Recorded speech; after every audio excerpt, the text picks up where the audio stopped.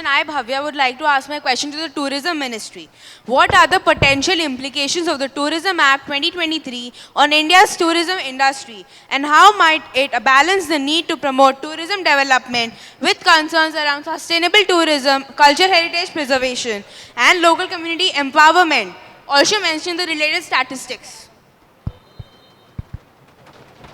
Ministry of Tourism? Yes, Ms. Plaksha.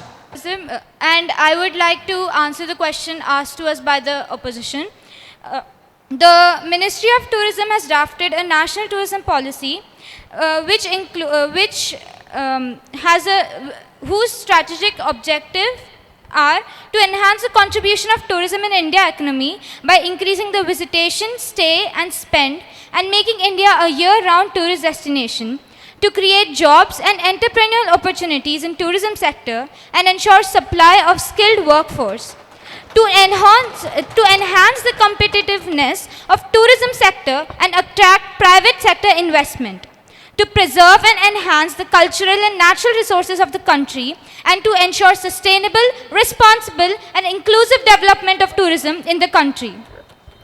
Now, as per the culture and heritage preservation, conservation programs such as the implementation programs to protect and maintain cultural sites and heritage monuments have been implemented. This includes funding for restoration projects and managing visitor impact, and involvement of local communities in tourism planning and management to ensure that tourism benefits are shared and that cultural practices and traditions are respected.